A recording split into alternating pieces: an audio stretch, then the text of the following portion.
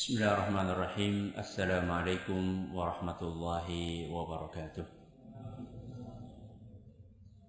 Innal hamdalillah nahmaduhu wa nasta'inuhu wa nastaghfiruh wa na'udzu billahi min shururi anfusina wa min sayyiati a'malina.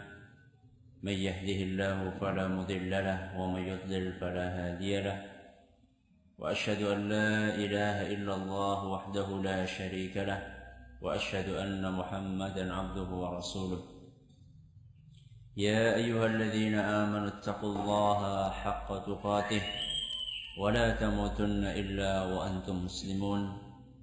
يا أيها الناس اتقوا ربكم الذي خلقكم من نفس واحدة وخلق منها زوجها وبث منهما رجالًا كثيرًا ونساءً.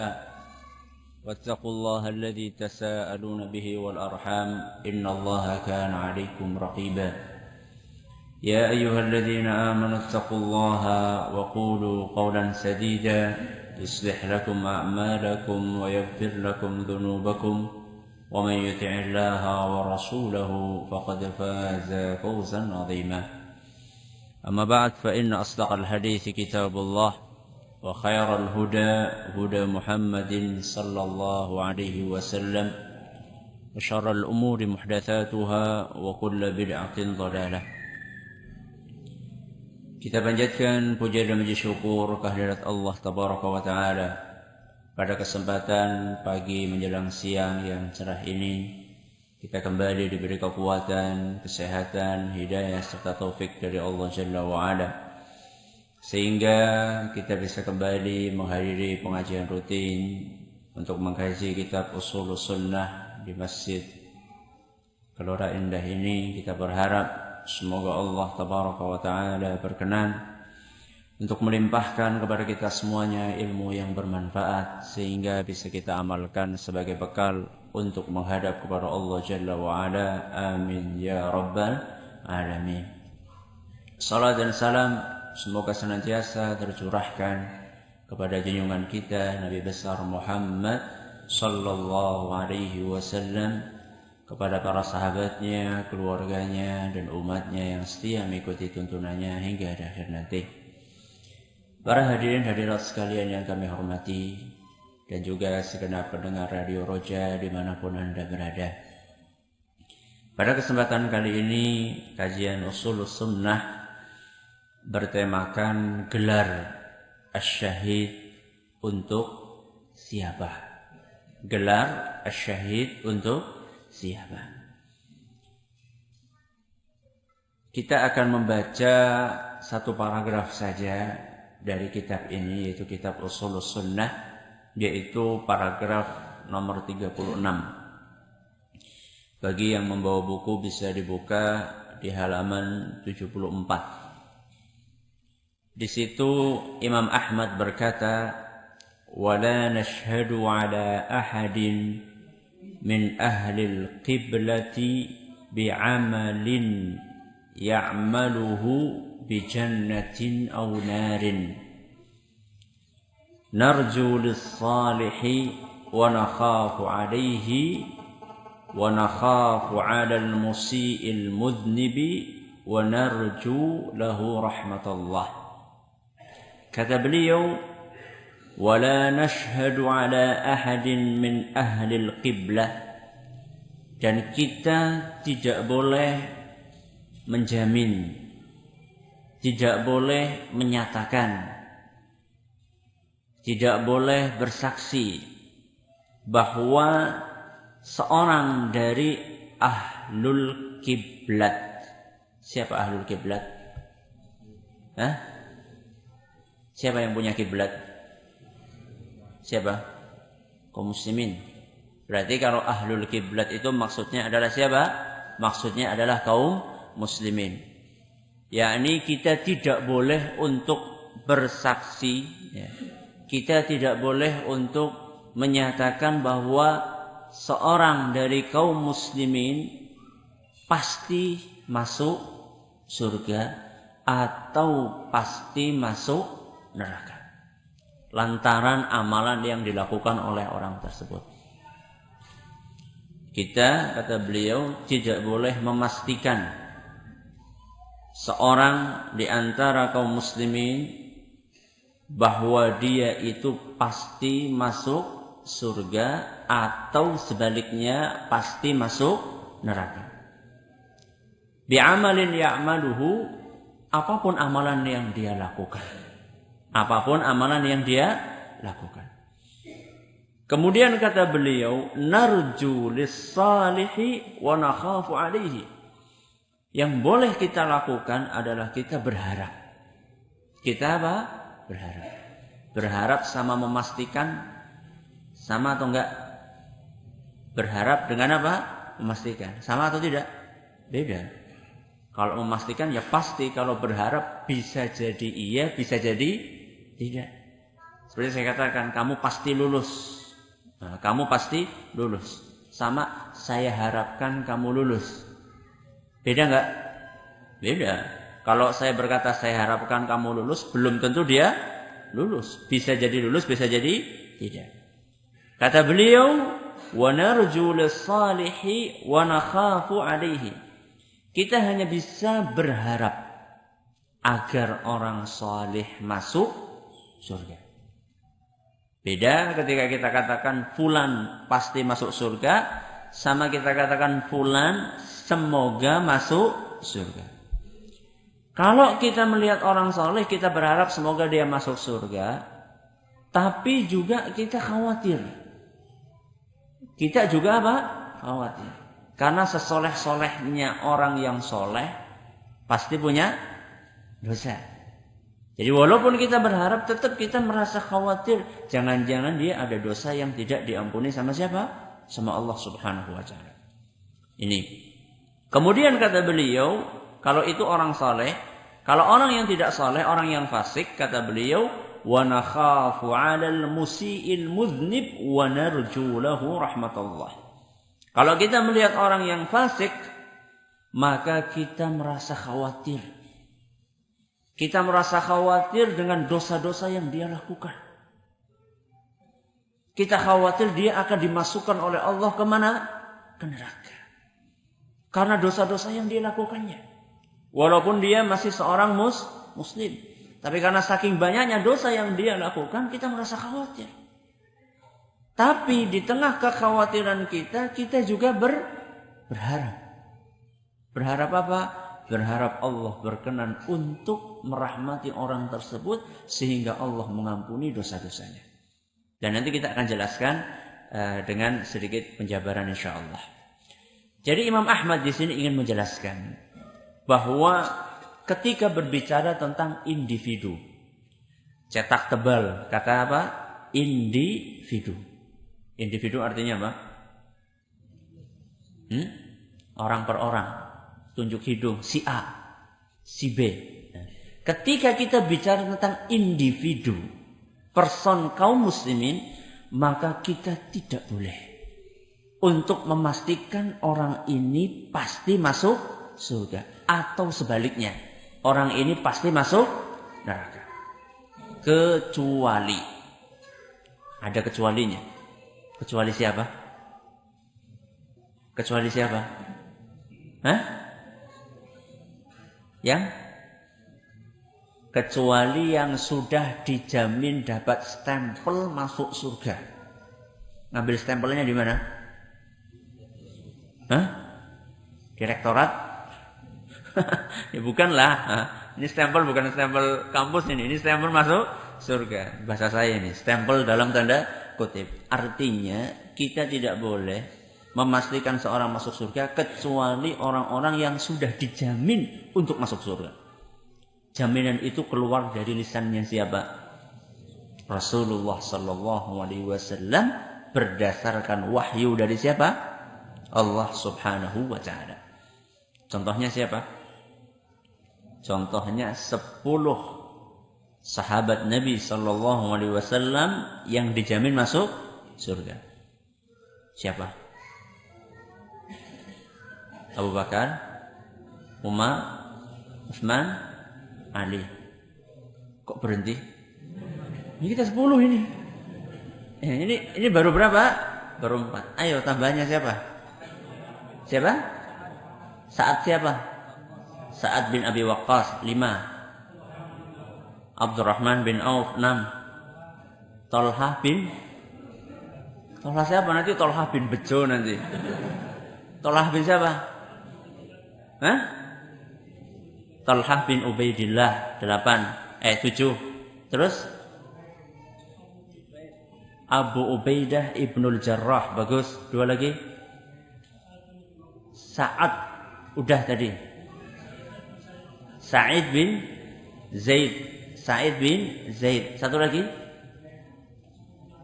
Az-Zubair ibnul Awwam. Masa enggak hafal sih? Nanti jangan-jangan raja-raja Mataram antum paham nanti 10 orang sahabat Nabi yang dijamin masuk surga enggak hafal. 4 ini udah makruf, enggak usah diulangi. Semuanya bisa 4 ini. Abu Bakar, Umar, Utsman, Ali. Terus Abdurrahman bin Auf. Terus Talhah bin Ubaidillah. Terus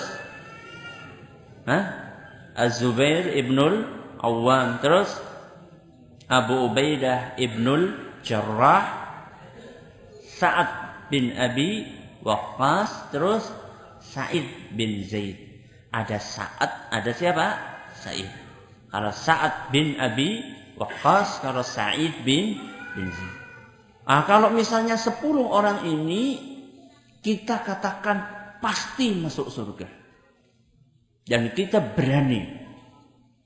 Bahkan wajib kita katakan bahwasanya mereka itu pasti masuk surga. Kenapa? Karena sudah ada jaminan dari Nabi SAW bahwa mereka itu pasti masuk surga. Apakah yang dijamin oleh Nabi SAW cuma 10 saja? Cuma 10? Enggak. Siapa? Yang lain siapa? Bilal, betul. Bilal. Terus? Siapa? Hamzah. Uqasyah, betul. Uqasyah bin Mihsan. Ya. Dan masih ada yang lainnya. Kenapa dikatakan 10? Kenapa dikatakan ada julukan Al-Asyarah Al-Mubasysyaruna bil Jannah? 10 orang dijamin masuk surga. Kenapa ada kata-kata 10? Karena 10 orang ini disebutkan oleh Nabi SAW secara bersamaan. Jadi Nabi SAW mengatakan fulan, Abu Bakar di surga, Umar di surga, terus Utsman di surga, Ali di surga. Jadi 1, 2, 3 sampai 10 orang dalam satu waktu disebutkan oleh Nabi SAW. Makanya ada istilah apa?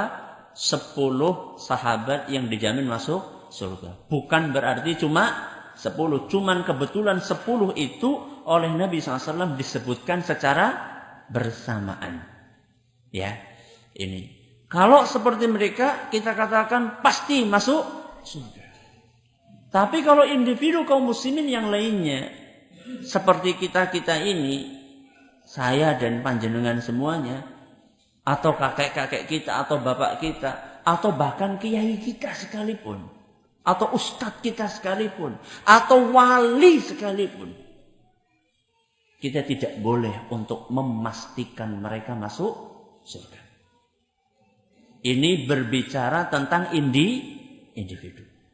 Tapi ketika kita berbicara secara umum, maka kita katakan bahwa orang-orang yang melakukan dosa besar mereka terancam untuk masuk ke mana? Ke neraka. Sebaliknya, orang-orang yang beramal saleh mereka dijanjikan untuk masuk surga. Ini kita berbicara secara apa? Umum. Kita katakan orang-orang yang berlaku dosa besar. Ini kan masih umum, siapa saja, entah fulan. Orang-orang yang melakukan dosa besar mereka terancam untuk masuk ke neraka. Seandainya Allah berkehendak memasukkan ke neraka, pasti mereka masuk ke neraka. Kita katakan pasti karena bicara secara apa? Secara umum. Lain ketika kita berbicara secara khusus. Begitu pula ketika kita berbicara tentang orang-orang yang beriman, yang beramal saleh, Kalau Allah berkehendak memasukkan dia ke surga, pasti dia masuk surga. Ini secara apa? Umum. Tapi kalau kita sudah masuk ke individu-individu, ini lain masalah. Loh Ustaz, apa itu tidak inkonsistensi? Katanya orang yang beriman masuk surga. Kok kamu itu fulan beriman, pasti masuk surga? Oh nanti dulu, loh kamu tidak konsisten. Katanya orang yang beriman masuk surga.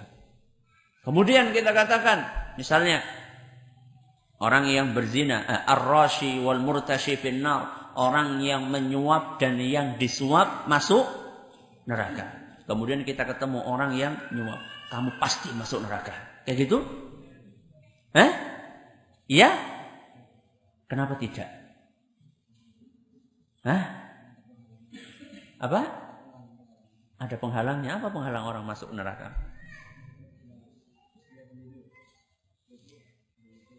Ini banyak ya, yang seperti ini banyak. Contoh ya, kita bicara kaidah umum, tapi ketika masuk ke apa? Individu beda.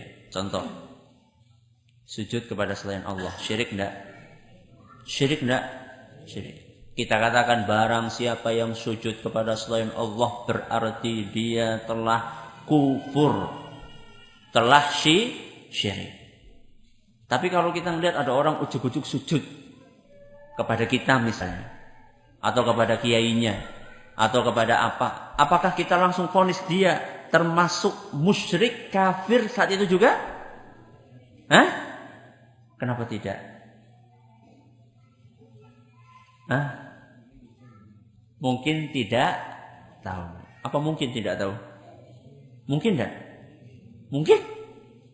Mungkin ada orang tidak tahu bahwasanya sujud kepada selain Allah itu tidak syirik? Mungkin? Subhanallah, mungkin. Kalau ada orang sujud di pantai mana? Pantai mana? Parangtritis atau Parangkusumo, sujud, orang sujudnya ke arah kiblat, dia sujudnya kemana? Ke laut. Jangan-jangan lautnya arah kiblat. Siapa yang hafal ini? Pantai Parangkusumo itu mengarah kemana itu? Ya katakanlah sujudnya ke selatan kan apa Nyi Roro Kidul berarti ngadepnya kemana? Ke kidul berarti ya. Ke selatan misalnya. Dia sujud di situ. Apakah kita langsung vonis dia kafir? Jawabannya tidak. Karena bisa jadi dia tidak tahu. Apa mungkin Ustaz ada orang Islam tidak tahu bahwa sujud untuk selain Allah itu syirik? Sangat mungkin. Kenapa kita katakan sangat mungkin? Karena pada zaman Nabi SAW saja ada seorang sahabat yang tidak diragukan keilmuannya. Siapakah dia? Dia adalah Mu'adz bin Jabal. Mu'adz bin Jabal adalah sahabat pilihan yang diutus oleh Nabi SAW untuk berdakwah. Kalau pada zaman Nabi SAW, dai yang diutus kemana-mana itu bukan sembarang dai, tapi sudah betul-betul orang-orang pilihan. Nah, Mu'adz bin Jabal ini pulang-pulang dari berdakwah di negeri Yaman, ujuk-ujuk ketemu dengan Nabi SAW dari Yaman atau dari Syam. Ujuk-ujuk ketika ketemu dengan Nabi SAW, beliau langsung sujud. Sujud kepada siapa? Rasul SAW. Bukan sujud kepada Allah, sujud kepada Rasul SAW. Apakah detik itu juga Nabi SAW langsung mengatakan, ya Mu'adz, bahwasanya engkau itu musyrik, engkau itu kafir? Enggak. Nabi SAW berkata, ma hadza ya Mu'adz, apa yang kamu lakukan ini wahai Mu'adz?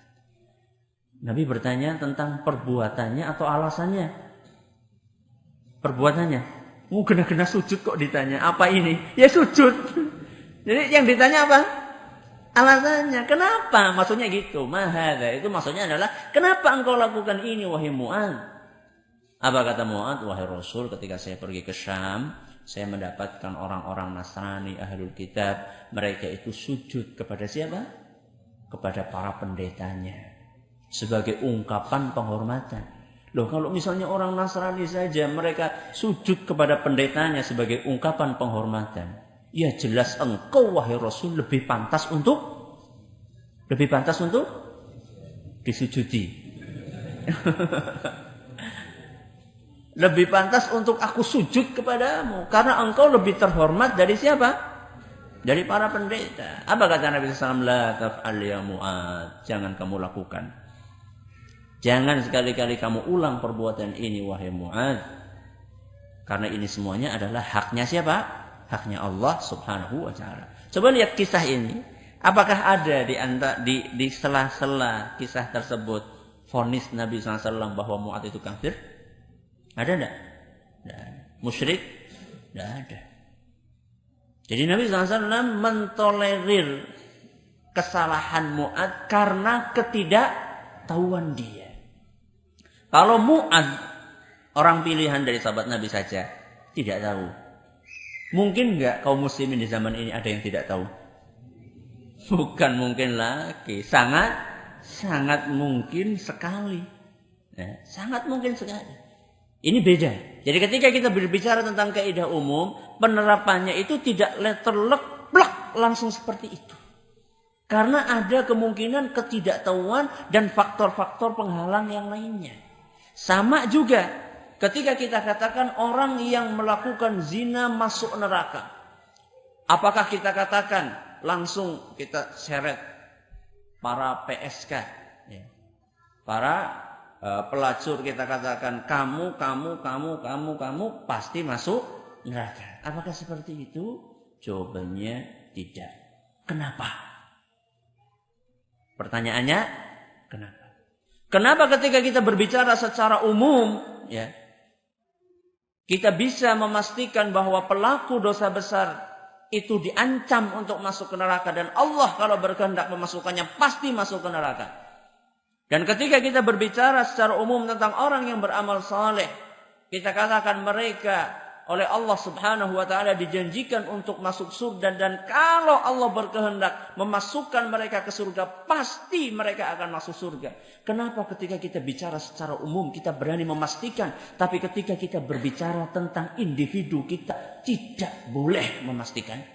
Kenapa?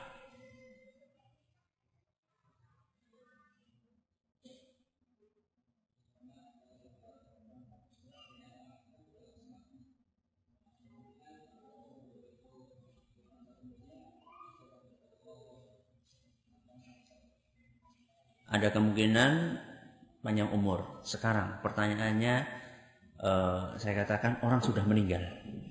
Orang sudah meninggal.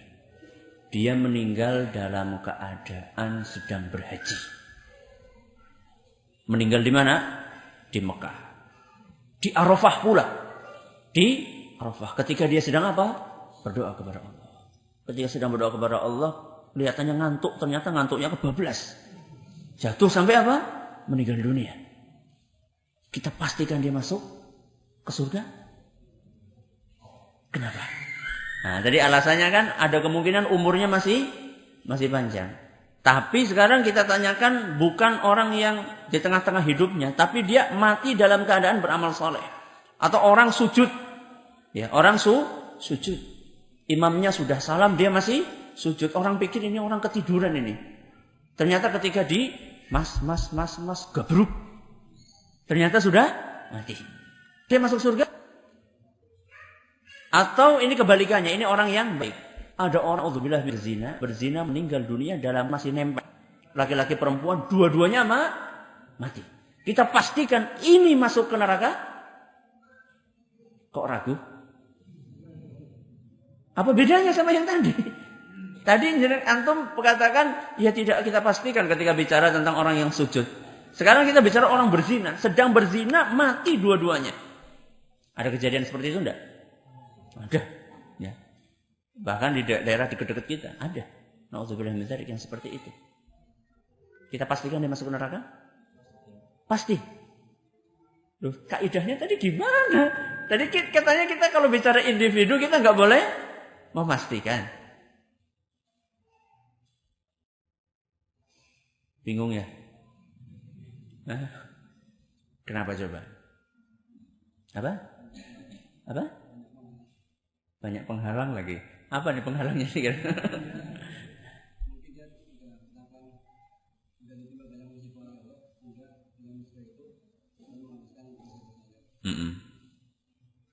Kalau orang yang soleh tadi,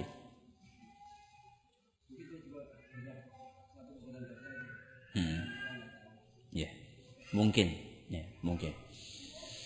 Ini saya kasih pintu dikit ya. Kalau ada yang mau meneruskan silahkan. Ini ada kaitannya dengan keimanan kepada hal yang gaib. Ini ada kaitannya dengan keimanan dengan hal yang gaib. Sudah, ini saya bukakan jendela sedikit. Siapa yang mau lanjutkan? Ya.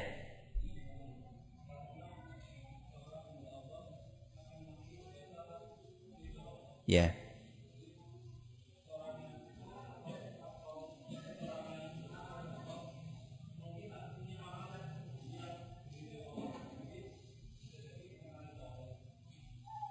Ya. Ada yang lain?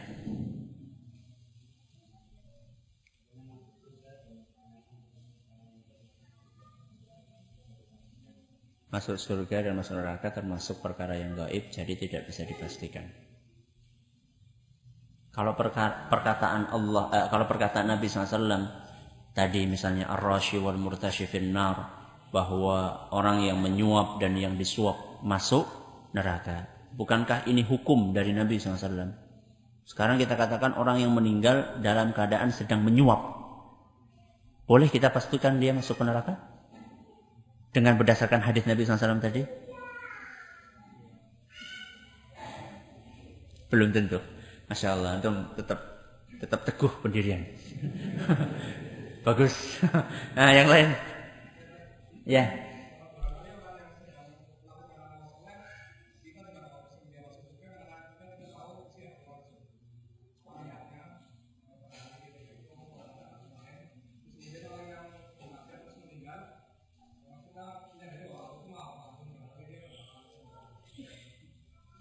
Kita tidak tahu isi hatinya. Terus kaitannya dengan hal gaib apa tadi? Ini ada kaitannya dengan keimanan dengan hal yang gaib. Sudah benar ini sudah masuk setengah jalan ini, tinggal dirampungkan. Siapa yang mau melanjutkan?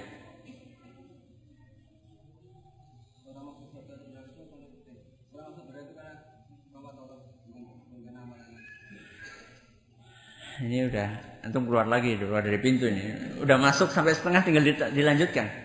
Kaitannya tadi kan saya bilang, ini ada kaitannya dengan keimanan dengan hal yang gaib. Tadi sudah dikatakan bahwasanya kita nggak tahu isi hatinya. Ya, siapa yang mau mengkorelasikan antara isi hati dengan hal yang gaib? Gampang banget, Masya Allah. Ya. Nah.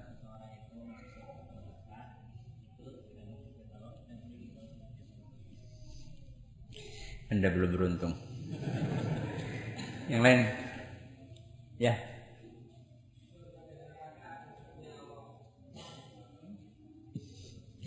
Belum.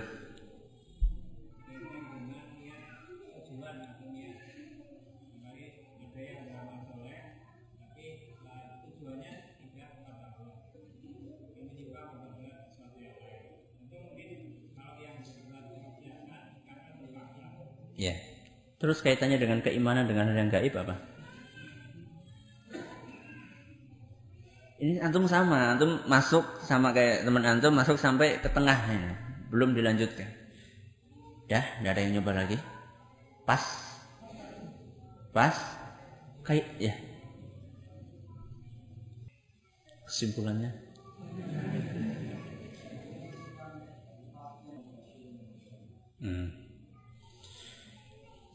Ya,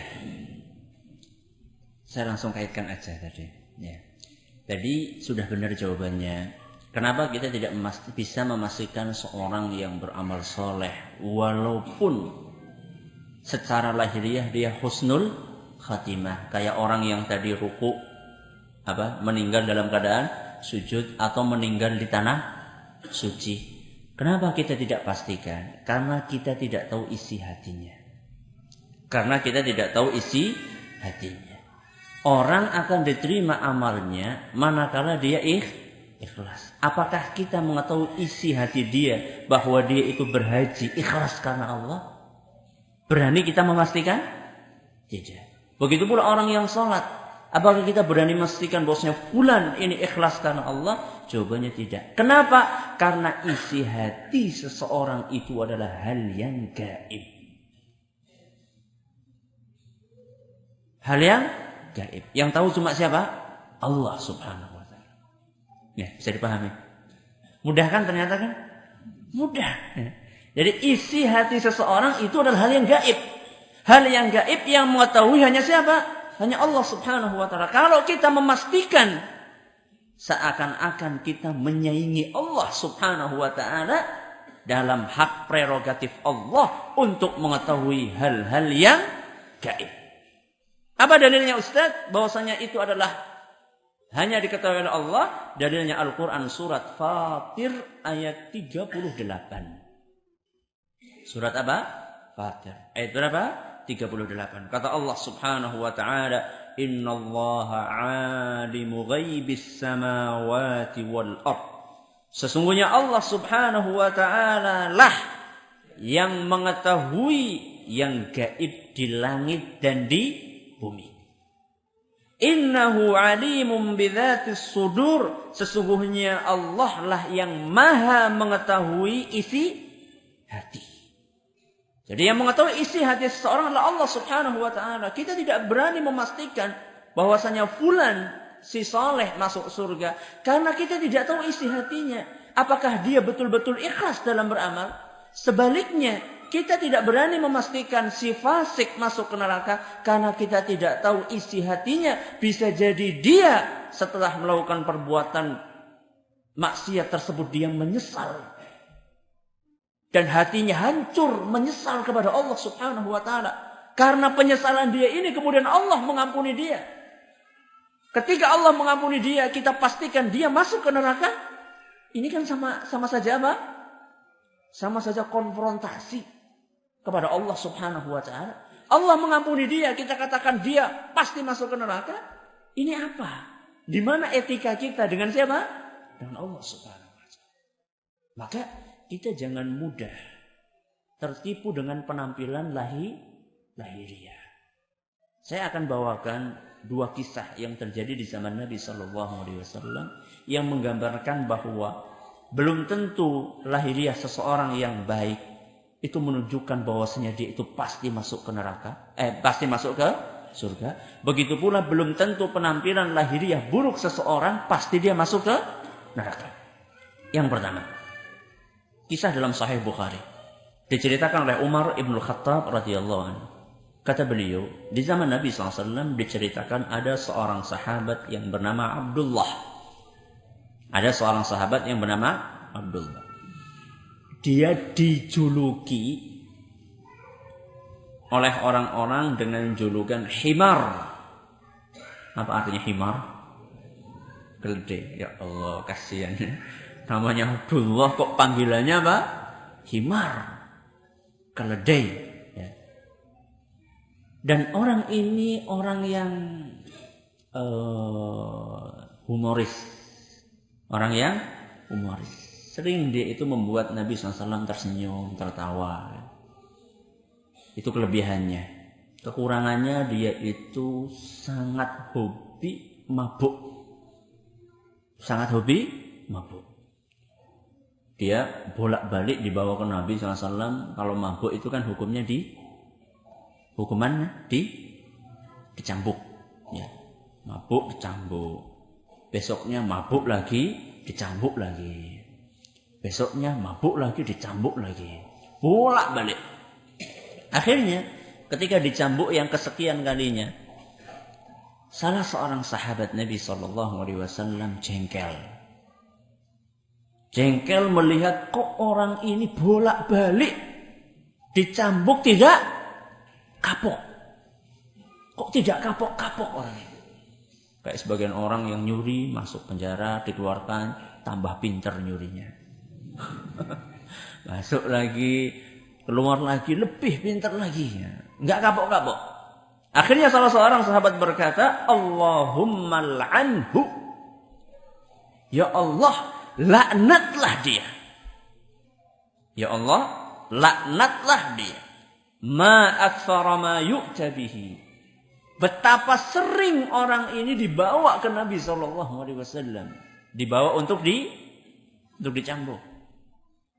Ketika Nabi SAW mendengar ada salah seorang sahabatnya yang seperti itu, Nabi SAW dengan tegas mengatakan, La tal'anu. Janganlah kalian melaknat dia. Padahal ini pelaku apa? Minuman keras, mabuk, bukan cuma sekali, tapi berkali-kali. La tal'anu, janganlah sekali-kali kalian melaknat dia. Fa wallahi, demi Allah, ma alimtu illa annahu yuhibbullaha wa rasulah. Demi Allah, aku tidak mengetahui melainkan dia adalah orang yang hatinya dipenuhi cinta kepada Allah dan Rasul. Orang mabuk dipuji oleh siapa? Oleh Nabi SAW. Berarti yang dipuji mabuknya? Hah? Bukan. Apanya yang dipuji? Kecintaan dia kepada Allah dan Rasul. Kok bisa Ustaz ya? Orang mabuk kok cinta Allah dan Rasulnya? Bisa enggak? Bisa enggak? Mungkin enggak? Hah? Mungkin? Masuk akal? Ya mungkin lah, Nabi sendiri yang mengatakan kok. Ada orang mabuk cinta kepada Allah dan Rasulnya. Loh kenapa cinta Allah dan Rasulnya kok mabuk? Kenapa? Apakah ungkapan cinta kepada Allah dan Rasulnya bisa diungkapkan dengan mabuk? Kenapa kok bisa orang cinta sama Allah dan mabuk? Hah? Saya tanya, antum cinta sama Allah dan Rasulnya enggak? Cinta enggak? Insya Allah. Antum pernah jelalatan? Sering. Mungkin enggak? Mungkin kan? Kita mungkin cinta sama Allah tapi kita melakukan bermaksiat. Karena apa? Karena kita sering kalah. Sama apa? Sama syahwat. Sama setan. Ya. Jadi Nabi SAW di sini mengajarkan kepada kita bahwa penampilan lahiriah seseorang itu belum tentu mencerminkan, belum tentu loh. Belum tentu itu bisa jadi iya, bisa jadi tidak. Belum tentu mencerminkan isi hatinya. Ya. Maka di sini Nabi SAW mengajarkan kepada kita jangan mudah-mudah terburu-buru kita untuk memvonis seseorang. Hanya dengan melihat apa? Lahiriahnya. Dan saya bukan sedang mengatakan kita tidak boleh, tapi jangan buru-buru. Ya. Bukan berarti tidak boleh, tapi jangan buru-buru. Jadi sebagian orang di zaman ini memvonis itu kayak minum air. Ya. Gelek. Ahlul bid'ah. Fasik, kafir, musyrik. Kayaknya kayak minum air saja, gampang banget gitu. Atau kayak ngelek apa? Apa ini? Ngelek ludah. Ya. Kayak ngelek ludah. Gampang banget memvonis. Nabi SAW mewanti-wanti kita hati-hati. Ya, hati-hati. Ini kisah yang pertama. Orang yang penampilannya tidak baik, ternyata hatinya menyimpan mutiara. Yang kedua. Kebalikannya apa berarti? Orang yang penampilannya jelek, tapi ternyata tidak baik. Diceritakan. Kebalik. Betul. Yang tadi apa? Orang yang penampilannya jelek, tapi ternyata hatinya baik. Yang sekarang apa? Orang yang penampilannya baik, ternyata hatinya jelek. Di dalam Sahih Bukhari juga. Terjadi peperangan di antara kaum muslimin dengan kaum musyrikin. Di antara kaum muslimin ada seorang prajurit yang luar biasa beraninya. Luar biasa beraninya dalam berperang. Setiap ada musyrik babat sama dia. Dan dia tidak menampakkan memiliki rasa takut. Ketika istirahat, peperangan itu kan tidak mesti terus-terusan. Ketika istirahat, para sahabat mengatakan, fulan luar biasa. Semuanya memuji keberanian si fulan tadi. Ketika Nabi SAW mendengar ucapan-ucapan dari para sahabatnya yang memuji si fulan tadi sang pemberani, Nabi SAW berkata, innahu min ahlin nar. Wahai para sahabatku, fulan yang kalian puji-puji ini calon penghuni neraka. Calon penghuni neraka. Kan para sahabat kan, ya kalau menurut kita tidak masuk akal. Wong dia itu berani sekali kok di medan pertempuran. Dia tidak pernah merasa takut untuk bertemu dengan kaum musyrikin. Siapapun kaum musyrikin dia tebas lehernya. Akhirnya salah seorang sahabat penasaran dengan perkataan Nabi SAW tadi. Masa orang yang seperti ini kok divonis masuk ke neraka? Akhirnya ketika pertempuran dimulai kembali, sahabat yang penasaran tadi mengikuti, menguntit kemanapun si fulan tadi pergi. Kesana ikut kesana, kesana ikut kesana, terus diikuti. Sampai di suatu tempat si fulan ini terluka parah. Saking parahnya sampai dia itu sudah hampir meninggal tapi tidak meninggal. Mungkin karena dia kesakitan dengan sakit yang dia alami, dia pengen cepat mati. Akhirnya pedang yang masih dia pegang, tangkai atau pegangannya ditaruh, ditancapkan di tanah. Kemudian dia menjatuhkan tubuhnya pas di dadanya ini ke ujung pedang yang bagian yang tajam. Membunuh dirinya sendiri karena tidak tahan dengan rasa sakit yang dia alami. Akhirnya apa? Bunuh diri. Ini berarti baik apa jelek? Jelek. Walaupun awalnya kelihatannya baik. Jadi ini adalah pelajaran buat kita. Walaupun ada orang sebaik apapun, jangan buru-buru kita untuk menilai fulan ini pasti masuk surga. Jangan buru-buru seperti itu, karena kita tidak tahu isi hatinya. Dan ini jelas ya, menguatkan apa yang dikatakan oleh Nabi SAW, wa innar rajula la ya'malu bi'amali ahli al-jannah hatta ma yakunu bainaha wa bainahu illa dhira'un fayasbiqu 'alayhi al-kitabu fay'amalu bi'amali ahli an-nari fayadkhuluha. Kata Nabi SAW, bisa jadi ada seorang yang semasa hidupnya dia mengamalkan amalan-amalan penghuni surga, alias memperbanyak amal soleh sampai menjelang wafatnya. Diceritakan oleh Nabi SAW sampai jarak antara dia dengan wafatnya tinggal 1 jengkal saja. Berarti sudah sangat apa? Sudah sangat dekat. Di akhir hidupnya Allah menakdirkan dia melakukan perbuatan dosa sehingga ditutup hidupnya dengan perbuatan dosa dan dia masuk ke mana? Ke neraka. Padahal umurnya dipenuhi dengan amal soleh. Kebalikannya kata Nabi SAW, wa innar rajula la ya'malu bi'amali ahli an-nar hatta ma yakunu bainahu wa bainaha illa dhira'un fayasbiqu 'alayhi al-kitabu fay'amalu bi'amali ahli al-jannati fayadkhulaha. Dan bisa jadi kebalikannya, ada orang yang semasa hidupnya dia melakukan dosa-dosa yang begitu banyak. Menjelang wafatnya tinggal jarak 1 jengkal saja. Allah Subhanahu wa ta'ala menakdirkan orang tersebut taubat kemudian beramal soleh. Setelah beramal soleh dia meninggal dunia dan dia masuk ke dalam surga. Alangkah malangnya ya pertama, alangkah enaknya ya kedua. Pilih yang mana? Pilih yang mana? Yang kedua? Oh, enggak kedua-duanya. Kalau pilih yang kedua ya belum tentu kita sebelum meninggal bisa beramal soleh. Ini untuk menggambarkan saja ya. Ini untuk menggambarkan saja bahwa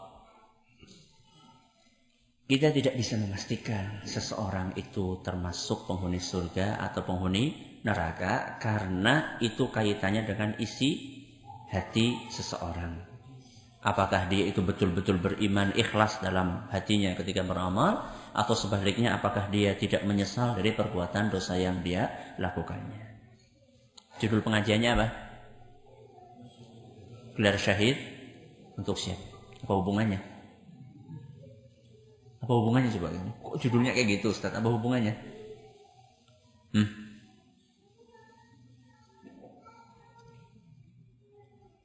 Antum tadi kesini ada bayangan nggak isi pengajiannya?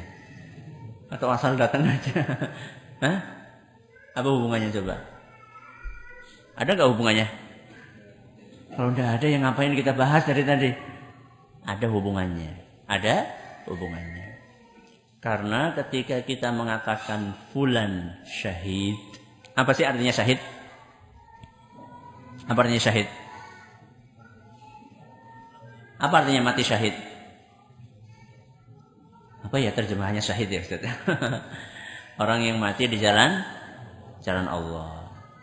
Kalau kita katakan fulan syahid, itu sebenarnya sama saja kita katakan bahwasanya dia itu pasti masuk surga. Ya.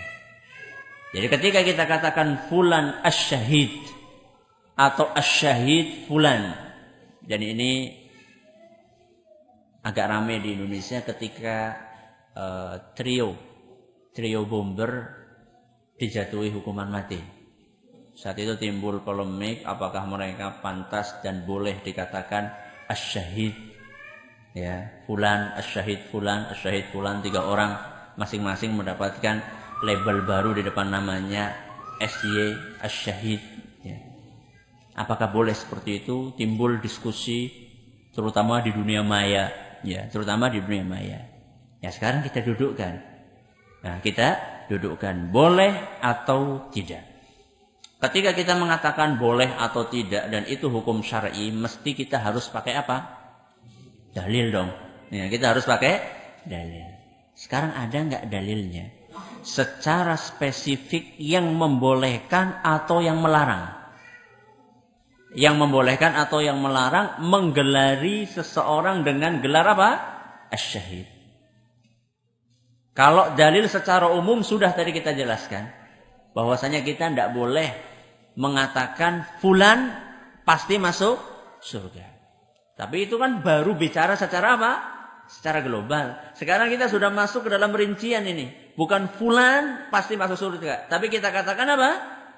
Fulan asy-syahid. Atau asy-syahid fulan. Wah, mungkin ada sebagian orang itu lebih spesifik Ustaz. Belum tentu. Oke. Kalau ada orang yang mengatakan itu belum tentu, maka kita bawakan dalil yang lebih spesifik dari sunnah Nabi SAW. Sebuah hadis yang diriwayatkan oleh Imam Bukhari. Sebuah hadis yang diriwayatkan oleh Imam Muslim. Sebuah hadis yang diriwayatkan oleh Imam Muslim. Diceritakan hadis itu oleh Umar ibn al-Khattab. Kata Umar, ketika perang Khaybar, datang beberapa sahabat Nabi sallallahu alaihi wasallam dan berkata, fulan syahid. Mereka menyebutkan fulan syahid. Jadi menyebutkan nama atau bukan? Nama. Cuman di sini nggak disebutkan namanya. Fulan ini adalah ibarat dari apa?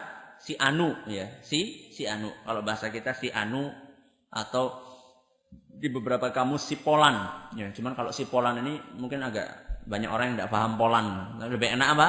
Anu, si fulan. Si fulan syahid, hatta marru ala rajulin faqalu fulanun syahid. Sampai mereka melewati seseorang dan mereka katakan fulan ini syahid. Berarti ini sudah memastikan atau tidak?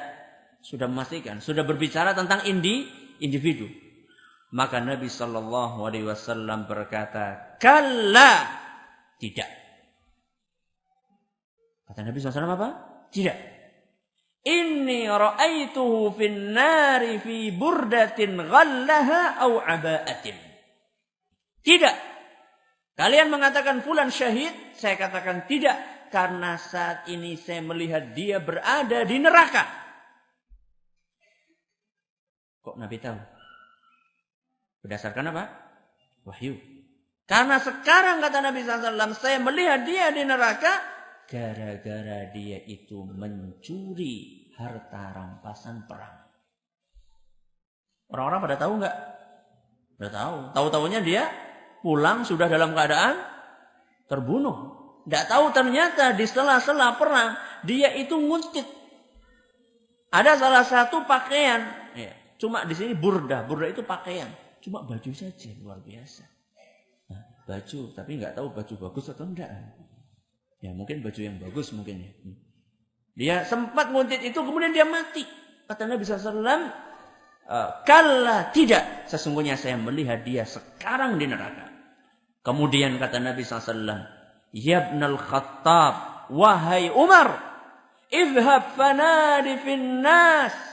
Wahai Umar, pergilah engkau umumkan ke hadapan para manusia, innahu la yadkhulul jannata illal mu'minun. Umumkan wahai Umar bahwasannya yang masuk surga hanyalah orang-orang yang beriman.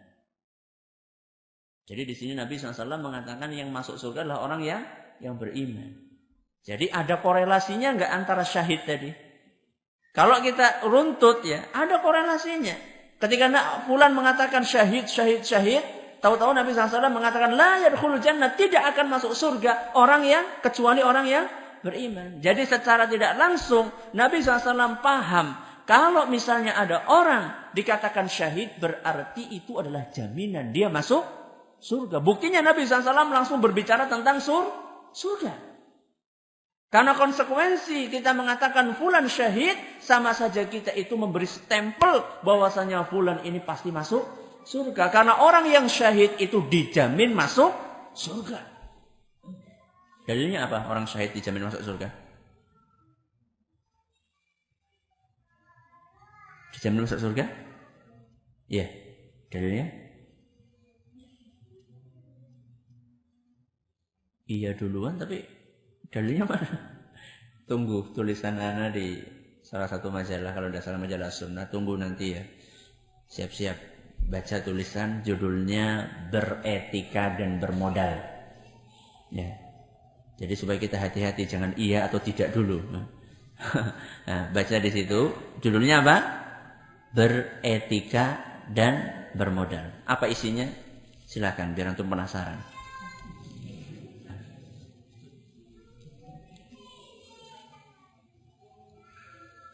Apa dalilnya bahwasanya orang yang syahid itu pasti masuk surga? Dalilnya adalah surat Ali Imran ayat 169. Surat apa? Ali Imran ayat 169. Kata Nabi kata Allah Subhanahu wa ta'ala, wa la tahsabanna alladhina qutilu fi sabilillahi amwatan bal ahya'un 'inda rabbihim yurzaqun. Kata Allah Subhanahu wa ta'ala, janganlah kalian mengira orang-orang yang terbunuh di jalan Allah mereka itu mati. Jangan kalian mengira mereka itu mati. Tapi kata Allah Subhanahu wa ta'ala, bal ahya'un, tapi mereka hidup. Hidup di mana? Hidup di mana? Di surga. Inda rabbihim yurzaqun. Mereka di sisi Allah mendapatkan rizki dan nikmat. Di sisi Allah di mana? Di surga. Makanya salah seorang sahabat Nabi SAW yaitu Ibnu Mas'ud ketika ditanya oleh salah seorang tabi'in oleh muridnya, wahai Ibnu Mas'ud, apa maksud dari ayat ini? Apa maksudnya? Orang-orang yang meninggal di jalan Allah, mereka itu hidup di sisi Allah.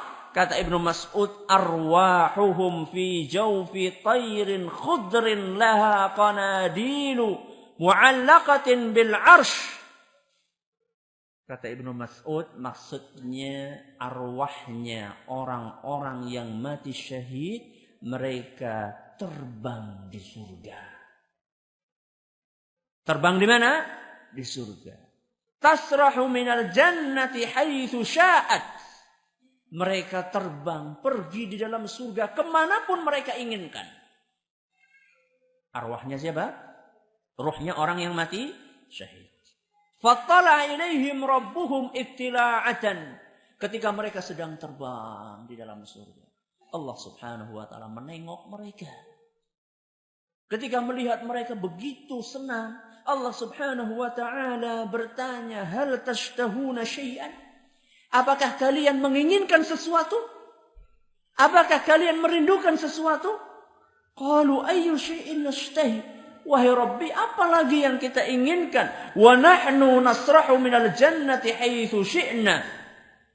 Sedangkan kami sekarang itu sedang berjalan-jalan, sedang terbang di surga sekehendak kami. Apa lagi yang kita harapkan? Allah mengulangi pertanyaannya 2 kali. Dijawab dengan jawaban yang serupa. Apa yang kalian inginkan? Apalagi wahai Rabbi? Apalagi yang kita inginkan? Kita sudah di surga, kurang apa lagi? Ditanya oleh Allah ketiga kalinya, diulangi sama Allah 3 kali. Sampai akhirnya mereka tahu, ini kita harus apa? Harus jawab. Ya. Karena Allah sudah mengulangi pertanyaannya berapa kali? 3 kali. Ketika mereka sadar bahwasanya mereka itu harus menjawab, kata mereka, "Ya Rabbi, wahai Rabbi, nuridu an tarudda arwahana fi ajsadina." Wahai Rabbi, kami ingin roh kami, nyawa kami dikembalikan ke tubuh kami. Berarti kemana lagi? Pulang ke dunia. Sudah masuk surga malah pengen pulang ke dunia. Wahai Rabbi, kalau engkau bertanya apa keinginan kami, kami ingin supaya arwah atau nyawa kami dikembalikan ke jasad kami. Hatta nuqtala fi sabilika marratan ukhra. Supaya kami bisa mati syahid untuk kedua kalinya. Jadi bukan untuk apa? Bukan untuk ke sawah lagi, bukan. Tapi untuk mati lagi. Karena saking nikmatnya mati syahid. Hadis riwayat Muslim. Jadi ini dalil bahwasanya orang yang mati syahid itu pasti masuk surga. Ya. Itu dalil dari hadis Nabi SAW bahwasanya kita tidak boleh mengatakan fulan syahid. Dalil yang lainnya, kalau tadi hadis riwayat Muslim, ini hadis riwayat Bukhari. Kata Nabi SAW, "Walladzi nafsi biyadihi." Demi Allah, kata Nabi, "La yaklumu ahadun fi sabilillah." Tidaklah seorang terluka di jalan Allah. Tidaklah seorang terluka di jalan Allah. Wallahu a'lamu biman yaklumu fi sabilihi. Dan wallahu a'lam, siapakah yang terluka di jalan Allah. Kasih garis bawah di bawah kalimat apa? Wallahu a'lam. Jadi Nabi SAW berkata, demi Allah, tidaklah seorang terluka, mati di jalan Allah. Kata Nabi SAW, wallahu a'lam, siapa yang mati di jalan Allah, illa jaa yaumal qiyamati wal launu launud dami war rihu rihul misk. Melainkan orang tersebut yang terluka di jalan Allah pada hari kiamat akan datang kepada Allah Subhanahu wa ta'ala dalam keadaan darahnya masih mengucur, warnanya merah seperti darah dan baunya seperti minyak misk. Yang ngucur darah warnanya apa? Merah, baunya apa? Harum. Hadis riwayat Bukhari. Yang ingin kita garis bawahi tadi apa? Kata-kata apa? Wallahu a'lam. Apa artinya wallahu a'lam? Allah Maha mengetahui. Alias apa? Alias Nabi tidak berani memastikan. Kalau tidak ada apa? Wahyu. Nabi SAW saja tidak berani memastikan siapa yang mati di jalan Allah. Kalau tidak ada wahyu. Loh, kita. Siapa kita? Siapa kita? Yuk, jangan tahu namanya masing-masing. Siapa kita kok berani mengatakan fulan syahid, fulan syahid, fulan syahid. Sedangkan Nabi SAW saja ketika berbicara tentang orang yang mati syahid, beliau mengatakan wallahu a'lam. Siapa yang tahu? Kecuali kalau ada di antara kita yang mengatakan dia punya wahyu. Kecuali yang namanya wahyu itu lain masalah. Itu wahyu ya nama dia. Tapi masalah wahyu yang di atas itu lain masalah. Jadi kalau Nabi SAW saja mengatakan, saya tidak tahu, wallahu a'lam, tidak tahu pasti siapakah orang yang mati syahid atau yang terbunuh di jalan Allah, maka mestinya kita sebagai manusia biasa harus lebih tahu diri. Harus lebih tahu diri. Karena Nabi SAW tidak berani memastikan karena secara lahiriah mungkin dua orang sama-sama berperang di jalan Allah. Yang satunya ikhlas karena Allah, yang satunya apa? Tidak ikhlas karena Allah. Mungkin nggak ada orang yang berperang tidak ikhlas karena Allah? Mungkin. Contohnya berperang karena riya, karena ghanimah, mencari apa? Harta rampasan. Karena apa lagi? Karena sebut pahlawan, ya riya. Ada yang lain? Orang kepenak, kancane pada mangkat, masa orang mangkat? Yang gane kanca-kanca sekampung pada mangkat, yang orang mangkat orang kepenak temen. Ya, supaya dikatakan X siapa gitu. Jadi ada orang-orang yang tidak karena Allah berperangnya. Dan itu dikatakan oleh siapa? Oleh Umar Ibn Khattab. Suatu ketika Umar Ibn Khattab dalam sebuah athar, jadi ini dalil athar. Kalau tadi dalil apa? Hadis. Ini dalil dari apa? Dari athar atau argumen dari athar. Athar itu adalah perkataan siapa? Perkataan para salaf, terutama perkataannya para sahabat Nabi. Ini perkataannya Umar Ibn Khattab. Diceritakan dalam Musannaf Abdul Razzaq bahwa Umar Ibn Khattab lewat sekelompok orang, mereka sedang memuji-muji korban perang tertentu. Dan mereka mengatakan hum syuhada'uhum fil jannah. Mereka itu syahid. Mereka itu di surga sekarang. Jadi sudah berbicara tentang apa? Individu. Ketika mendengar seperti itu, Umar Ibn Khattab langsung berkata, inna minan nasi man yuqatilu riya'an. Ketahuilah wahai para sahabat, sesungguhnya di antara manusia ada yang berperang karena riya. Wa minhum man yuqatilu hamiyatan, dan ada di antara mereka yang berperang karena fanatisme. Karena fanatisme. Ada enggak? Ada. Ya, cuma karena fanatik kepada negaranya, cuma karena fanatik kepada sukunya, cuma karena fanatik kepada bangsanya. Ya. Kemudian kata Umar Ibn Khattab, wa minhum man yuqatilu idza dahamahu al-qitalu wa rahaqah. Dan ada di antara mereka yang berperang cuma karena dia itu kepepet. Ya. Sudah diserang, wah gimana lagi kalau nggak perang ya mati. Jadi tidak ada niat di dalam hatinya. Kemudian kata Umar Ibn Khattab, wa minhum man yuqatilu ibtigha'a wajhillah. Dan ada di antara mereka yang berperang karena mengharapkan ridho Allah. Fa ulaika syuhada. Merekalah yang mati syahid. Siapa? Yang mana? Yang terakhir. Nah, bukan semuanya tadi yang di depan. Yang terakhir ini yang mati syahid. Jadi ini peringatan dari Umar Ibn Khattab. Supaya kita tidak mudah-mudah untuk menilai, memastikan fulan syahid. Karena apa? Karena konsekuensi yang tadi disebutkan.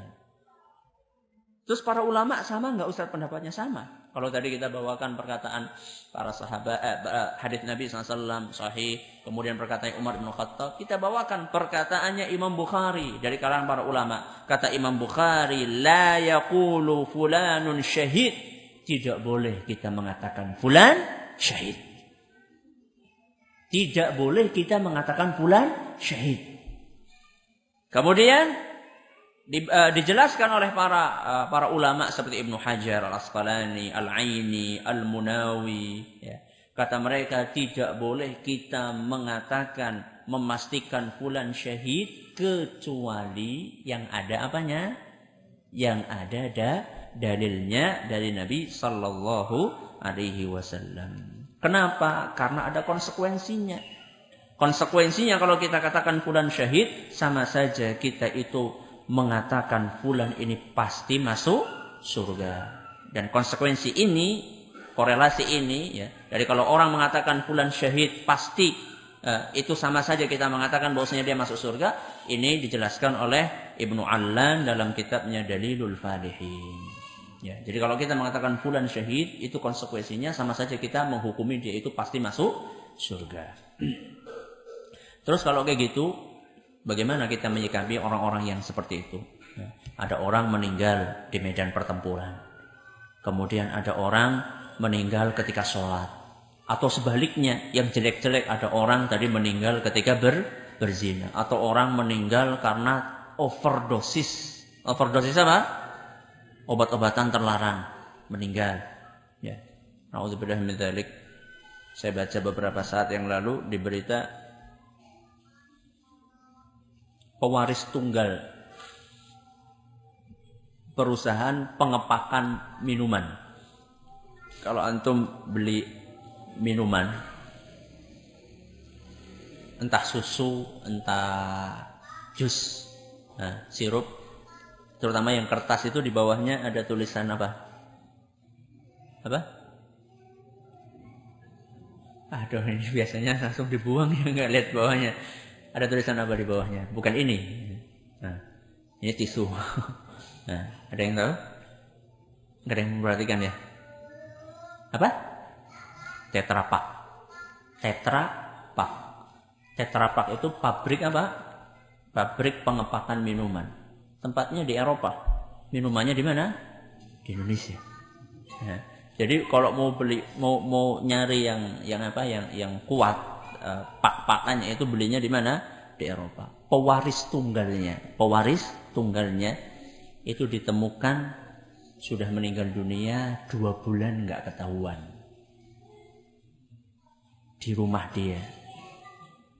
Samping-sampingnya apa? Samping-sampingnya sampah, kemudian apa ini? Suntikan, botol-botol obat terlarang. Kekayaannya bermanfaat buat dia? Tidak. Nah, orang-orang, ini kalau ini orang kafir jelas ya. Ini orang kafir, ini lain pembahasan. Tapi kalau ada orang Islam mati seperti itu gimana? Mati dalam keadaan sedang apa? Sedang fly. Sedang mabuk seperti itu. Apakah kita pastikan? Terus bagaimana kita menyikapi mereka? Cara menyikapi orang-orang seperti itu menurut keyakinannya Ahlus Sunnah adalah apa yang dikatakan oleh Imam Ahmad tadi di akhirnya, narju lis-salihi wa nakhafu alaihi. Kita hanya diperbolehkan berharap untuk orang yang soleh, sekaligus juga mengkhawatirkannya. Wa nakhafu 'alal musii'il mudnibi wa narju lahu rahmatullah, serta kita mengkhawatirkan orang yang banyak dosanya, sekaligus juga kita mengharapkan kasih sayang Allah untuk dia. Ini sikap yang benar. Sikap yang benar ketika kita melihat ada orang soleh, bukan memastikan masuk surga, tapi kita apa? Berharap. Ya Allah, semoga orang tua saya masuk surga. Boleh nggak kayak gitu? Boleh. So, kalau misalnya kita punya kiai, punya ustadz, dan kita melihat dia itu orang yang sangat rajin ibadah, dia meninggal dunia, kita katakan Allah yarham, semoga Allah merahmati dia. Boleh enggak? Boleh. Ya. Kalau seperti itu boleh. Ya. Tapi itu pun tidak boleh mengantarkan kita untuk memastikan fulan pasti masuk surga. Kenapa? Karena walaupun sesoleh-solehnya orang yang soleh, pasti dia punya apa? Punya dosa. Mungkin enggak dia disiksa sama Allah? Mungkin. Mungkin saja dia disiksa sama Allah Subhanahu wa ta'ala. Kebalikannya, kalau misalnya kita melihat ada orang yang banyak dosanya, maka kita pun hanya bisa merasa khawatir. Ya Allah, melasi teman ya. Kasihan banget si fulan. Nah, alangkah malang nasibnya kalau dia dimasukkan kemana? Ke neraka. Kita hanya bisa seperti itu. Kita merasa takut ya. Merasa takut jangan-jangan si fulan dimasukkan ke neraka. Tapi di sela-sela rasa takut kita juga berharap, ya Allah, semoga Allah Subhanahu wa ta'ala dengan kasih sayangnya dan dengan rahmatnya berkenan untuk meringankan azabnya atau bahkan untuk mengampuninya. Karena Allah Subhanahu wa ta'ala itu tergantung bagaimana kita berprasangka kepada Allah. Dalam hadis qudsi Allah Subhanahu wa ta'ala berfirman, ana 'inda dhanni 'abdi bi. Aku, kata Allah Subhanahu wa ta'ala, tergantung bagaimana hambaku berprasangka kepadaku. Jadi kalau kita berprasangka kepada Allah baik, maka Allah pun akan buat baik kepada kita. Kalau kita berprasangka buruk kepada Allah, Allah pun akan berlaku buruk kepada kita. Maka hati-hatilah dalam prasangka. Ya. Jangan sampai kita, wah dosaku sakeh, mungkin gitu ya ampuni. Ini namanya apa? Ini namanya suudzon. Berarti ada ya suudzon sama Allah? Ada. Husnudzon juga ada sama Allah. Maka diceritakan Al-Hajjaj. Tahu Al-Hajjaj? Tahu Al-Hajjaj enggak? Hah? Orang yang sangat bengis. Orang yang sangat bengis. Penguasa yang sangat lalim. Ya. Orang itu kalau sudah dengar namanya Hajjaj, itu sudah yang di benaknya itu adalah darah, kemudian pedang. Dia sangat mudah untuk membunuh dan banyak sekali orang yang dibunuh pada zaman dia. Ketika dia sakit, banyak orang-orang yang berkunjung menjenguk, bukan untuk menjenguk, untuk balas dendam. Ya, sakit balas dendam mereka. Dan mereka mencaci maki habis Hajjaj. Karena selama hidupnya dia melakukan keburukan. Ketika orang-orang sudah pada pergi, Hajjaj sendirian, beliau atau dia berkata, ya Allah, wahai Rabbi, kullun nasi yusi'una dhanna bi. Wahai Rabbi, semua orang-orang itu suudzon sama saya. Ya jelaslah. Loh, perbuatannya jelek banget ya. Kata dia, wa ana uhsinu dhanna bika ya Allah. Kalau mereka semuanya pada suudzon kepadaku, wahai Rabbi, aku pengennya husnudzon sama kamu, wahai Allah. Nah, walaupun jahat tapi dia ya ada ilmu. Dia itu ada ada ilmu. Nah, kenyataannya memang seperti itu ya. Kenyataannya seperti itu. Dan saya bukan sedang berbicara Hajjaj itu masuk surga atau masuk neraka, tidak. Tapi kita sedang melihat bagaimana orang yang banyak dosanya pun dia berusaha untuk apa? Untuk husnudzon sama Allah Subhanahu wa taala. Maka disinilah para ulama mengatakan kalau kita menjelang wafat itu perbesarlah perasaan roja. Apa roja? Ada khauf, ada apa? Raja. Khauf apa? Takut. Yang kedua apa? Harapan. Jadi roja dan khauf, harapan dan rasa takut itu ternyata bukan hanya diterapkan kepada diri kita sendiri, tapi juga ketika kita menilai orang lain. Tadi kan ketika kita menilai orang lain, ada orang lain wafat dalam keadaan dia itu saleh. Kita roja, kita berharap semoga dia masuk surga. Tapi juga kita khauf. Ya, kita juga merasa khawatir jangan-jangan dia punya dosa. Sebaliknya kalau kita melihat ada orang yang melakukan perbuatan dosa begitu banyak, pelaku dosa besar, kita khauf. Kita merasa takut jangan-jangan dia masuk ke dalam neraka. Tapi di sela-sela rasa takut kita juga ada rasa apa? Harap, ya Allah, semoga orang ini Engkau berkenan untuk mengampuni dosa-dosanya. Jadi kesimpulannya, kalau sudah berbicara tentang person, tentang individu, kita hanya bisa apa tadi? Berharap dan tidak boleh memastikan apakah dia penghuni surga atau penghuni neraka. Kecuali orang-orang yang sudah dijamin oleh Nabi SAW pasti masuk surga atau pasti masuk neraka. Seperti siapa? Pasti masuk neraka seperti siapa? Abu Lahab. Tabbat yada abi lahabi wa tab. Sampai di sini pengajian kita pada kesempatan kali ini. Silahkan kalau ada yang mau bertanya. Enggak.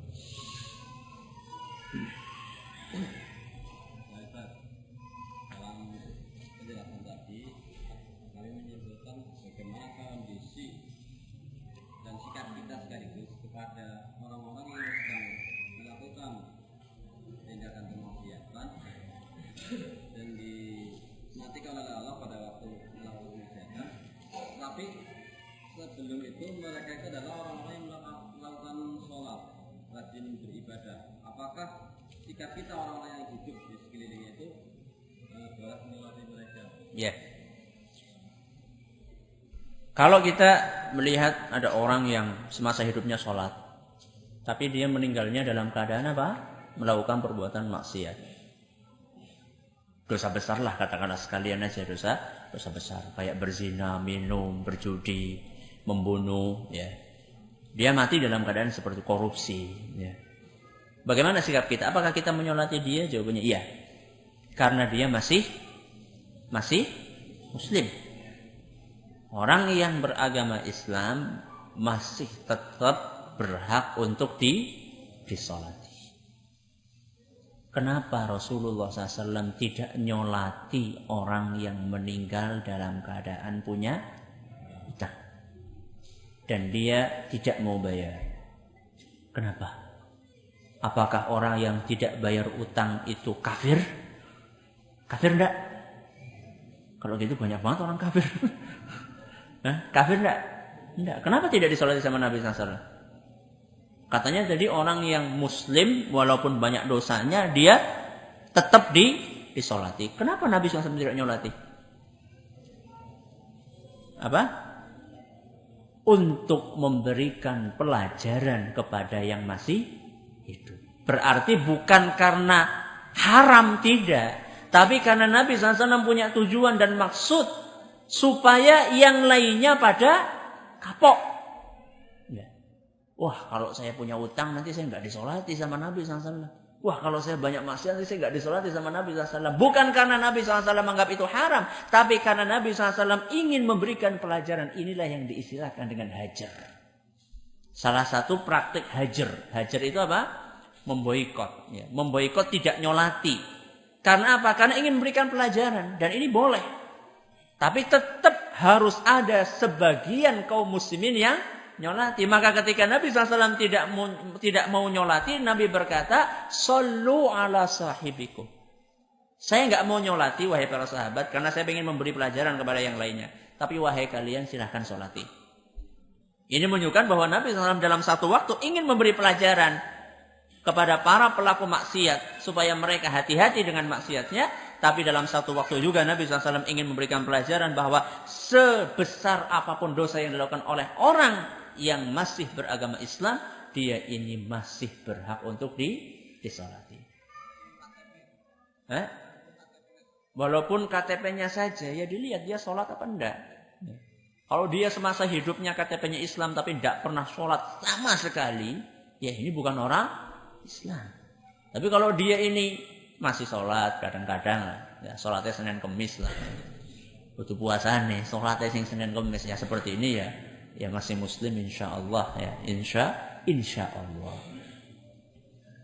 Tapi ketika kita mau ndak nyolatnya pun ngeliat juga, apakah kita yang orang terpandang apa tidak?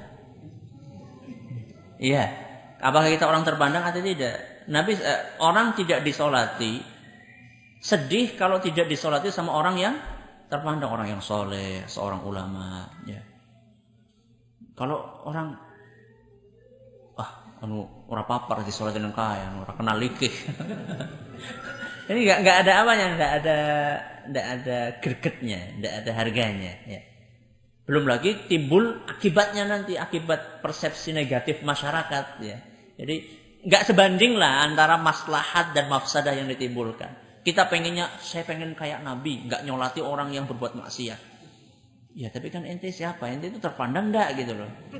Ente bukan orang terpandang. Kecuali kalau antum misalnya seorang tokoh masyarakat yang dipandang, orang tuh seneng kalau disolati sama dia. Kan ada orang-orang yang kalau disolati sama fulan itu seneng. Tapi ada orang yang kalau disolati sama fulan biasa-biasa saja. Malah jangan ngotori tok lah mungkin. Ya, jadi enggak, karena orang itu biasa gitu. Orang biasa mungkin juga bukan orang yang taat ya. Jadi tidak terlalu rugi kalau tidak disolati sama dia gitu loh. Maka di sini kita juga perlu mempertimbangkan antara maslahat dan mafsadah yang akan ditimbulkan kalau kita ingin mempraktekkan praktek hajar tadi, memboikot yang dicontohkan oleh Nabi kita Muhammad SAW. Yang lain silakan. Tadi Ustaz menceritakan dalam hadis Muslim tentang orang yang mati dalam perang, kemudian para sahabat menggelarinya fulan syahid, kemudian Nabi mengatakan bahwa beliau melihatnya di neraka. Apakah untuk saat ini ada manusia yang sudah berada di surga atau neraka? Tidak harus. Ya, tidak harus. Orang masuk ke surga dan neraka secara resmi kapan? Setelah ada penghitungan amalan, ya, setelah melewati sirat, setelah melewati jembatan. Jadi setelah hari kiamat. Sekarang kan belum kiamat. Tidak mesti ya. Mungkin Nabi SAW diperlihatkan secara gambaran oleh Allah Subhanahu wa taala. Jadi tidak ada konsekuensi untuk itu. Tidak ada konsekuensi untuk itu. Sebagaimana Nabi SAW ketika Isra Mi'raj diperlihatkan dengan apa? Dengan orang-orang yang ada di neraka, ada surga, itu tidak mesti bahwasanya sekarang itu sudah ada penghuninya. Walaupun juga apa sih manfaatnya kita tahu sekarang ada penghuni atau tidak? Manfaatnya buat kita apa? Nah, jadi ketika kita membahas suatu pembahasan itu kita juga perlu perhatikan apa sih buah yang kita petik kalau kita tahu permasalahan itu. Kalau misalnya kita sekarang mempelajari suatu permasalahan, katakanlah apa hukum selilitan ketika sholat. Selilitan ketika sholat. Apakah sholatnya sah atau tidak? Sah atau tidak? Sah. Masa sah? Selilitan? Kalau nggak telan, Hah? kalau selilitnya ya telan mungkin itu masuk kata dimakan itu. Terus? Kalau enggak? Boleh dikatakan sholatnya batal. Kalau selilitnya nggak ditelan, artinya dibuang lewat seperti digunakan sudah diletakkan di bola. Iya. Tapak kaki. Ya, betul. Ya, kalau selilitnya dilek, ya batal. Selilitan kalau turunan selilit, kalau di eman-eman temen nih, memang sate sana titik ya, itu batal. Kalau ndak dilek, ya dikeluarkan, ya ditaruh di saku atau di mana, bukan untuk dimakan nanti. Jadi ya masa kita buang ke depan ya ndak enak, ya, taruh di saku itu selilit kita juga kok. Ya itu ndak batal. Ini belajar seperti ini ada manfaatnya ndak? Ada. Jadi manfaatnya apa? Manfaatnya kalau kita lagi selilitan. Jadi kita bertanya pertanyaan yang kira-kira apa buahnya, manfaatnya apa? Ya, manfaatnya apa?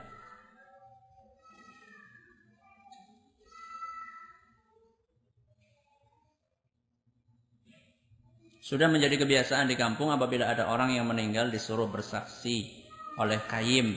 Si fulan baik, padahal yang meninggal tidak pernah sholat. Bagaimana sebaiknya? Enggak usah dijawab. Loh, siapa yang harusnya kita menjawab? Baik. Loh, kita kayak burung beo nanti. Baik. Pratau sholat seperti baik. Ya. Jadi kita sebagian orang itu tidak mewaspadai kalimat yang keluar dari mulutnya itu dipertanggungjawabkan loh. Ya. Jadi saya ikhlas. Ya pada dua utang pada ikhlas. Tak tahu nanti datang minta. Kita kalau ngomong tuh dipikir gitu loh. Kalau kita tahu dia nggak baik ya jangan katakan baik. Yo berarti katakan jelek gitu. Ya enggak juga. Nanti kalau kita digitukan nanti kita keperuki sama orang nanti. Ya kita diam aja sudah, nggak usah dijawab. Nggak ada keharusan kok untuk menjawab itu. Ya, nggak ada keharusan untuk menjawab itu. Lagi pula cara-cara seperti ini juga apakah saya tidak tahu apakah ada tuntunannya harus setiap orang yang meninggal itu dipersaksikan ya. Apakah harus ditanya gitu loh. Kalau orang bersaksi lain masalah, tapi apakah harus ditanya gitu loh saat itu sebelum meninggal sebagai sebuah ritual sebelum diberangkatkan dari rumah kemana? Ke pemakaman. Saya tidak tahu dalilnya itu.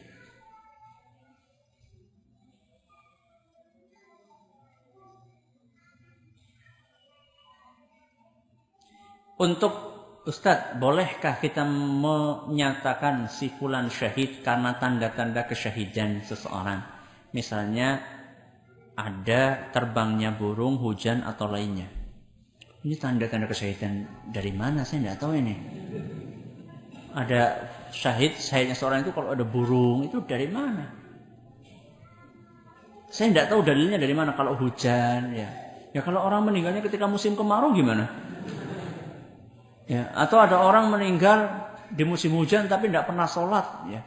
Jadi tidak tahu ana dalilnya dari mana ini. Ya, ada terbangnya burung. Ya, saya tidak tahu ini dari mana dalilnya. Jadi tetap saja tidak boleh ya. Kita tidak boleh memastikan seorang itu syahid atau masuk surga. Kemudian kalau kita memberi gelar as-syahid dengan niatan hanya sebatas doa, bagaimana? Kata-kata as-syahid, redaksinya itu menggambarkan sebuah kepastian. Apa? Menggambarkan redaksinya, menggambarkan sebuah kepastian. Apalagi ada masuk huruf alif dan lam di situ. Asy-syahid. Ya, asy-syahid. Ini semakin menegaskan bahwa itu secara makna itu kepastian. Jadi kita itu menilai apa yang ada di mana? Di lisan. Apa yang keluar dari lisan. Kalau masalah hati, itu terserah Anda. Anda niatnya itu untuk mendoakan, tapi redaksinya jangan pakai redaksi yang mengandung unsur pemastian. Loh, apa sih susahnya kalau Anda inginnya mendoakan, Anda katakan semoga fulan syahid. Beda enggak kita katakan syahid fulan atau fulan asyahid dengan semoga fulan mati syahid? Beda enggak? Beda. Ini kalau yang pertama kita memastikan, kalau yang kedua apa? Kita tidak memastikan, kita hanya mendoakan. Nah, kenapa kita enggak pakai yang kedua saja? Yang jelas-jelas tidak apa?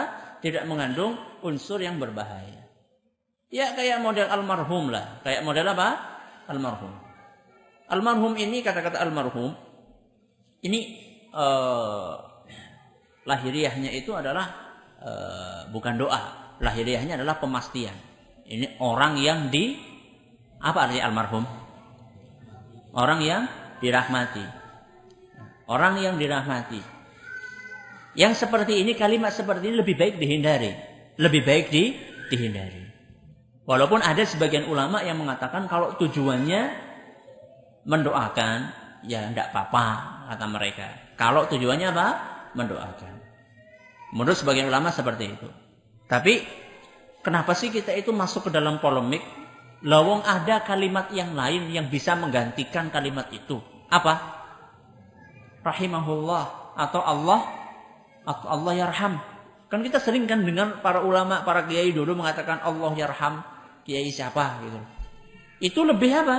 Lebih muatan doanya itu lebih terlihat jelas. Allah yarham itu artinya semoga Allah merahmati. Rahimahullah juga sama, semoga Allah merahmati. Jadi kenapa kita mesti masuk ke dalam pembahasan atau polemik yang tidak ada habisnya? Kita ganti saja. Kalau kita ingin mengatakan almarhum, kita katakan Allah yarham fulan. Nah, orang juga enggak, ya kita harus tetap menjaga apa? Lisan kita. Harus tetap menjaga lisan kita. Cukup?